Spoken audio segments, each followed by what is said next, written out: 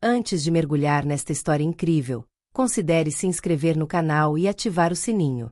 Cada história aqui tem algo a dizer. E você não vai querer perder nenhuma. Naquela manhã, Paris parecia adormecida, como se a chuva fina e persistente estivesse desacelerando a agitação da cidade. O céu estava de um cinza sufocante, quase como se a própria cidade estivesse coberta por um véu de tristeza. Os transeuntes corriam sob seus guarda-chuvas. As ruas estavam envoltas em uma névoa que obscurecia os contornos dos prédios. Mas em um canto da praça Émile Dubois, perto do Sena, um velho emerge lentamente de seu sono. Adrien Marchal tem 68 anos, mas aparenta muito mais. A idade e as dificuldades deixaram marcas nele. Seu rosto está marcado pelo tempo, com rugas profundas como sulcos na terra exaurida. Uma barba grisalha, mal aparada e desgrenhada, cobre parcialmente um rosto marcado por anos de sofrimento. Uma cicatriz atravessa sua testa, vestígio de um passado do qual ele nunca fala. Naquela manhã, como em todas as outras, ele acorda com um suspiro pesado. Suas pernas estão dormentes, a dor nas articulações é sentida a cada movimento. Ele nem consegue se lembrar da última vez que dormiu em uma cama de verdade. Há quase 10 anos, vive nas ruas de Paris. O banco, nesta praça deserta das promessas da vida moderna, é seu domínio. Ele se enrola sob um cobertor puído, refúgio e prisão ao mesmo tempo. Os transeuntes o ignoram, os carros passam ruidosamente na rua próxima, alheios à sua presença. Todas as manhãs, Adrien acorda com a mesma rotina, quase como um ritual. Ele reúne seus poucos pertences, um copo de plástico desgastado pelos anos, uma bolsa de lona que ameaça rasgar a qualquer momento. Mas em um canto da bolsa, escondida sob uma meia furada, há uma medalha. Uma medalha que ele nunca mostrou a ninguém. É a única lembrança de quem ele um dia foi, antes de tudo desmoronar. Ele a conquistou em outra época, em outro mundo. Mas ninguém sabe disso. E ele nunca pretendeu revelar. Esta medalha é a única conexão que ele tem com o passado em que ainda era importante. Naquela manhã, enquanto Adrien se preparava para arrumar seus escassos pertences e ir em busca do café da manhã, ele ouviu o som de passos secos.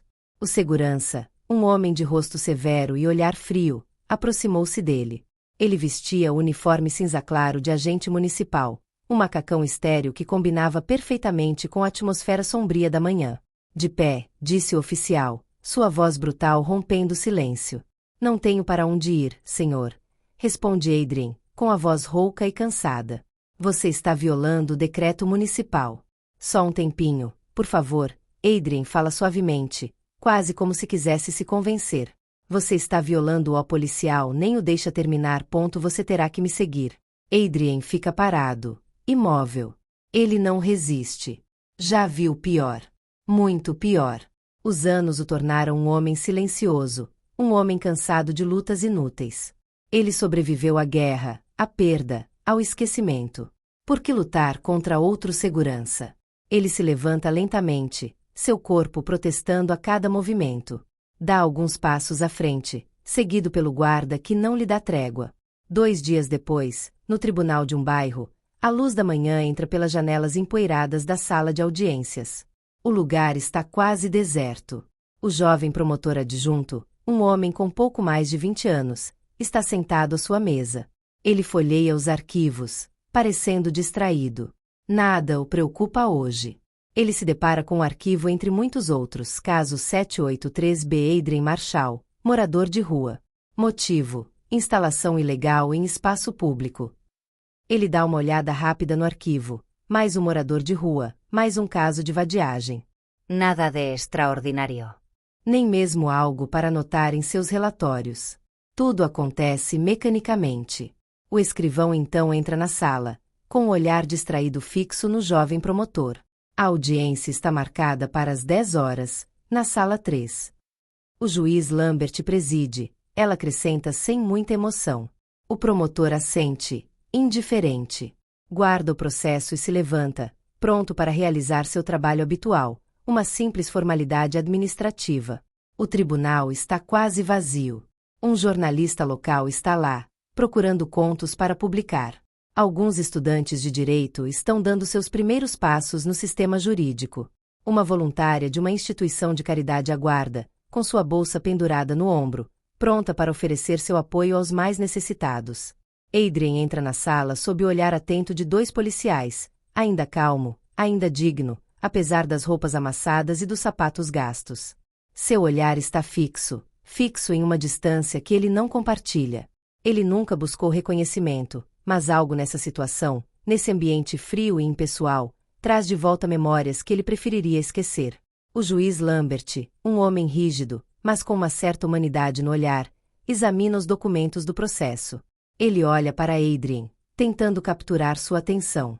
Mas Adrien, como sempre, mantém os olhos fixos no chão, um silêncio pesado entre eles. Senhor Adrien Marshall? Ele pronuncia o nome quase formalmente, mas algo em sua entonação parece revelar um reconhecimento crescente. Adrien Marshall. Nascido em 1957. Ex-soldado? O nome atinge a sala como um relâmpago. Murmúrios começam a se espalhar entre as poucas pessoas presentes. O juiz franze a testa, perplexo, mas ainda sem entender. Adrien, pela primeira vez desde sua chegada, ergue os olhos. Parece ter ouvido seu nome como um sino distante, mas permanece em silêncio. O juiz o examina por um instante, intrigado pelo brilho da memória em seus olhos. De repente, uma voz quebra o silêncio. Uma mulher se levanta, vestida com um uniforme militar impecável. Seu olhar é firme, seu corpo ereto, e a voz que se segue é carregada de emoção. Meritissimo. Adrien Marshall é uma lenda. Ela se dirige ao juiz, mas seus olhos não deixam Adrien. Foi ele quem, no Líbano, em 1983, resgatou seus companheiros de um prédio bombardeado. Ele desobedeceu às ordens de salvar vidas. Devo as minhas a ele. Eu tinha 8 anos. Ele me resgatou dos escombros. Um murmúrio percorre a sala. Os alunos trocam olhares confusos. Os policiais parecem constrangidos. E, na multidão, um homem se levanta, depois outro, depois outro. Todos se levantam respeitosamente. Veteranos, advogados, um escriturário, todos sussurram em voz baixa. Capitão Marshall. Os ex-soldados se entreolham, reconhecendo aquele que, no calor da batalha, arriscou a vida para salvá-los. Mas para Adrien, tudo parece um outro mundo, um mundo com o qual ele perdeu o contato há muito tempo. O juiz ficou ali, em silêncio, observando Adrien, como se tentasse compreender não apenas as palavras que acabará de ouvir, mas também a profundidade do que acabará de revelar. A sala ao lado parecia sufocar com a expectativa do que aconteceria em seguida. Não se tratava simplesmente de um caso de falta de moradia ou de desrespeito a uma lei municipal. Era a história de um homem destruído por demônios invisíveis, a história de um soldado que dera vida pela França, apenas para ver a França lhe virar as costas. O juiz fecha os olhos por um instante, passa a mão pelo rosto, com uma expressão de confusão e profunda decepção estampada em suas feições. Ele se levanta, caminha até a porta e, após um breve olhar para os advogados e policiais que o cercam, discretamente faz um sinal para que um deles o siga. A audiência é suspensa. Na sala ao lado, Adrien está sentado em uma cadeira de plástico, com os olhos fixos nos sapatos gastos, o rosto marcado por anos de sofrimento. Seu corpo, embora imponente, parece encolher sob o peso das lembranças. Cada passo que deu na vida, cada escolha que fez, o leva a este momento. Ele não é mais um jovem. Não é mais o capitão corajoso de outrora. É um homem que aprendeu a sobreviver, a se esconder nas sombras. É um soldado esquecido por seu país, um herói perdido no tumulto do tempo. O juiz retorna alguns minutos depois, com uma expressão grave no rosto. Fecha a porta atrás de si e senta-se em frente a Adrien. Olha para ele, com os olhos transbordando de uma gentileza sem precedentes, uma gentileza que Adrien não sentia há muito tempo. Faz a pergunta com delicadeza, mas também com grande perplexidade. Por que você nunca pediu ajuda? Por que não disse nada? Adrien solta um suspiro longo e profundo. Seus olhos estão vazios, como se tivesse sido transportado para outro lugar, para longe das paredes frias do tribunal, para longe da realidade presente. Ele fecha os olhos por alguns segundos antes de responder, com a voz rouca e trêmula, quase uma confissão sussurrada. Porque cada vez que eu abria, eu me via revivendo a guerra. Aqueles barulhos. Aqueles gritos. Os cheiros. A dor. Todos os dias, eu acordo com esse peso no coração. Então eu nunca quis ser um fardo. É a última coisa que me resta. Meu orgulho. Se eu pedisse, eu perderia mais um pedaço de mim. O juiz abaixa a cabeça, tocado pela profundidade de suas palavras. Ele sente a luta interior de um homem que se entregou tanto, mas que foi incapaz de se reconstruir depois. Um homem que lutou pelos outros, mas, diante do próprio sofrimento, se recolheu em um silêncio trágico. O juiz respira fundo e se inclina para frente, sua voz agora mais firme, mas imbuída de uma humanidade inconfundível. Senhor Marshall. O Senhor serviu este país, e ele o esqueceu. O Senhor fez o que muitos de nós jamais teríamos coragem de fazer. Mas a guerra não termina com a paz. Ela continua, aqui, no coração dos soldados. Não é um ato de fraqueza pedir ajuda. É um ato de sobrevivência. O Senhor sobreviveu, Senhor Marshall. Mas o Senhor não será mais invisível. Adrien ergue os olhos, tentando penetrar o olhar do juiz, e em um silêncio significativo, acena lentamente com a cabeça. Ele nunca esperou por algo tão grandioso. Nunca quis ser reconhecido. Mas aqui, neste pequeno tribunal, finalmente há uma ruptura em seu mundo de silêncio e sofrimento. Quando a audiência recomeça, a sala está cheia. Os soldados chegaram, uniformizados, alguns olhando para Adrien com respeito silencioso, outros ouvindo as palavras do juiz com atenção renovada. A câmera local começa a filmar, seu clique agonizante ecoando no ar. Mas a atmosfera é diferente. Não se trata apenas de um caso judicial sendo julgado aqui. É a dignidade de um homem, um veterano esquecido por aqueles que defendeu, que está no centro desta sala. O juiz, endireitando os ombros, volta-se para a Assembleia com serena autoridade. Ele para um momento antes de falar, como se quisesse garantir que cada palavra fosse ponderada, que tocasse a consciência de quem o ouvia. Como juiz, sou responsável por fazer cumprir a lei. Mas, como homem, sou confrontado pela minha consciência. Essa consciência que me diz que, às vezes, a lei não basta.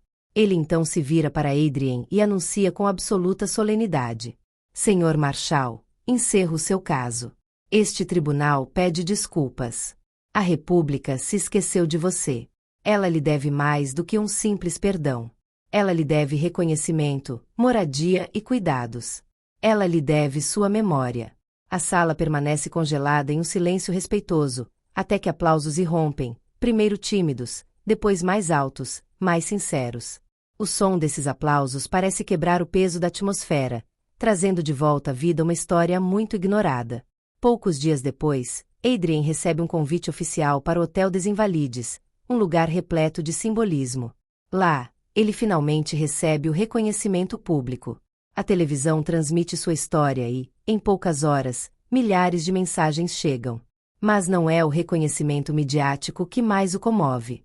É a chegada, em meio a essa multidão de rostos desconhecidos, de seu filho. Depois de 25 anos, eles se reencontram, com os olhos marejados de lágrimas, e sem dizer uma palavra, se abraçam. A dor e os anos perdidos se dissolvem nesse momento de pura emoção. Pouco depois, foi criada uma fundação em seu nome, La Memoire Invisible, dedicada aos veteranos esquecidos, aqueles que serviram, mas cuja luta continua nas sombras. Sua história se torna um farol, uma fonte de inspiração para gerações futuras. Um ano depois, um banco de bronze foi instalado no Parque Émile Dubois. Uma placa simples, porém digna, foi gravada nele. Para Adrien Marshall, capitão esquecido, que cuidou de nós em silêncio. Todo dia 11 de novembro, uma criança uniformizada deposita ali uma coroa de flores, não para um túmulo, mas para um homem vivo, um homem que finalmente foi visto. A memória, por mais silenciosa que seja, encontra eco nos gestos simples e sinceros daqueles que se lembram.